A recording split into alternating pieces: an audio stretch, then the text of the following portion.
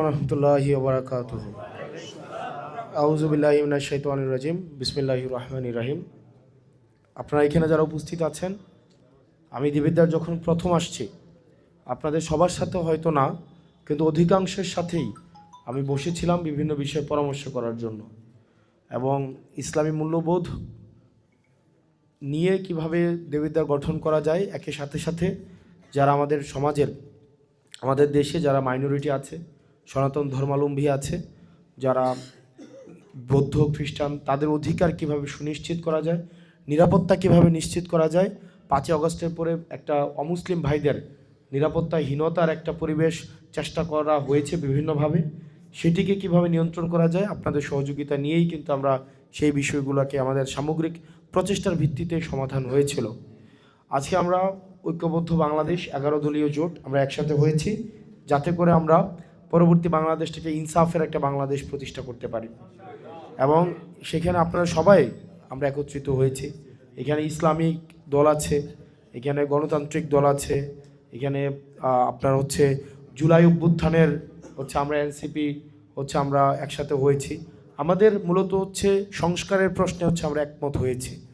আসলে কি আমরা এমন বাংলাদেশ দেখতে চাই কি না, যেই বাংলাদেশে আমার পছন্দ না হইলেই মাইক কেড়ে নেওয়া হবে? আপনাদের মাইক কেড়ে নেওয়া হয়েছে না মাহফিল থেকে? আপনাদেরকে স্লিপ পাঠাইছে আপনাদের খুতবার সময়।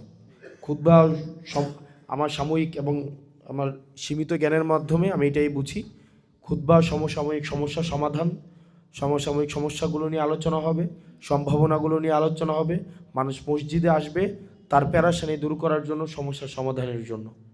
কিন্তু আমরা দেখেছি যে মসজিদগুলোতে সমসাময়িক সমস্যা নিয়ে অধিকাংশ সময় এড়িয়ে যাওয়া হতো এবং স্লিপ দেওয়া হতো, এগুলো নিয়ে যেন কথা না বলা হয়, দুর্নীতি নিয়ে যেন কথা না বলা হয়, আমাদের সুদ নিয়ে যেন কথা না বলা হয়, ব্যবসায়ের যখন জিনিস দ্রব্যমূল্যের ঊর্ধ্বগতি নিয়ে যেন কথা না বলা হয়, মাদক নিয়ে যেন কথা না বলা হয়, ভোটাধিকার নিয়ে যেন কথা না বলা হয়, নির্বাচন নিয়ে যেন কথা না বলা হয়।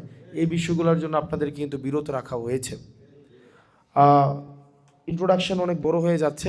এখন ইমাম, আপনাদের অনেক দায়িত্ব আছে। ইমাম মানে নেতা, আপনারা একটা মসজিদ, আপনারা ওই সমাজের নেতা। আপনারা তো নেতা মূলত যেই সিদ্ধান্ত নেবে তার পিছনে যারা থাকবেন, যারা ফলোয়ার থাকবেন, তারা কিন্তু সেই সিদ্ধান্তটাই বাস্তবায়ন করবেন।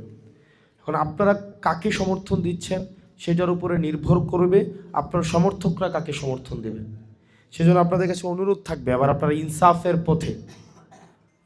পথে আপনারা সমর্থন দেন।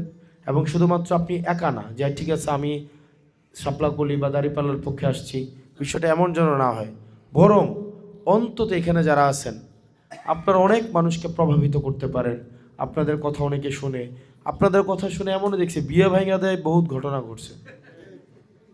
ঘটে না, যে হুজুর মানা করছে, কেন সব ঠিক আছে, তারপরে হুজুরের কাছে সিদ্ধান্তটা নিতে পারতেছে না, ফাইনাল সিদ্ধান্তটা, তারপরে হুজুরের কাছে গেছে, হুজুর শুনে বলছে, বিয়ে ভেঙে দিছে। 15-12-13 বছরের সম্পর্কের বিয়েও ভেঙে গেছে। আপনাদের কথা ওই মানা মানে, আর এটা থেকে বলে এটা ভোট। তো আপনারা যদি এটা বলে দেখেন তাহলে দেখবেন কি মানাটা মানবে। তো সেই জন্য আপনাদের কাছে অনুরোধ থাকবে, আপনারা তো কালেকশন করেন না? করেন না কালেকশন? আমি আবার আপনাদের কাছে এটা কালেকশন করব। তবে আমার কালেকশনটা একদম ফিক্সড, কমানো বাড়ানো কিছু না। কেউ যদি বেশি দিতে চায় আমার আপত্তি নাই, তবে একটা লিমিট আমি করে দিচ্ছি। সেটা আপনারা এইখানে যারা উপস্থিত আছেন প্রত্যেকজন 50টা ভোট আপনারা নিশ্চিত করবেন। পারবেন না এটা?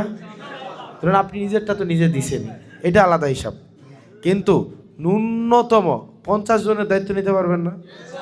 পারবেন না? কথা বলে না, পারবেন? ন্যূনতম 50 জনকে ভোট নিশ্চিত করবেন। কারা কারা একটু হাত তোলেন তো।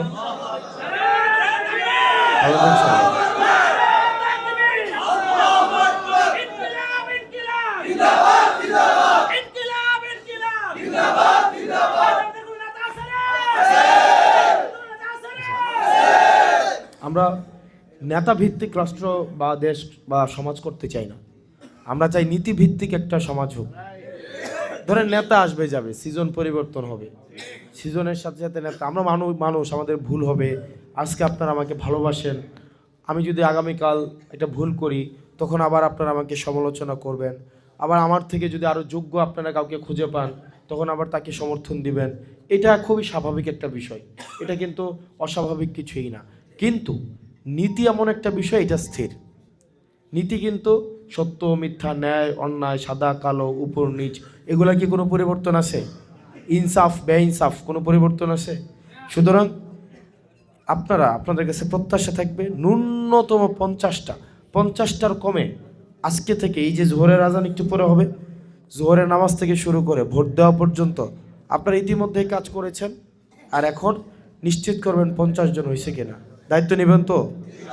দেখেন, আমরা মাফিয়াদের সাথে বসি নাই, সাদাবাজদের সাথে বসি নাই, আমরা গুন্ডাদের সাথে বসি নাই, আমরা যারা আপনাদের হাত থেকে মাইক কেড়ে নেয় তাদের থেকে বসি নাই, যারা লক্ষ লক্ষ, যারা একজনই আছে যারা নির্বাচন পুরো পরিচালনা করতে পারবে, পুরো কেন্দ্রের দায়িত্ব নিতে পারবে, কোটি কোটি টাকা দিতে পারবে, আমরা তাদের কাছে জীবন আমরা যাই নাই। আমাদের কাছে 5-10 টাকাও মানুষ দেয়, 50 টাকা 100 টাকাও মানুষ দেয়।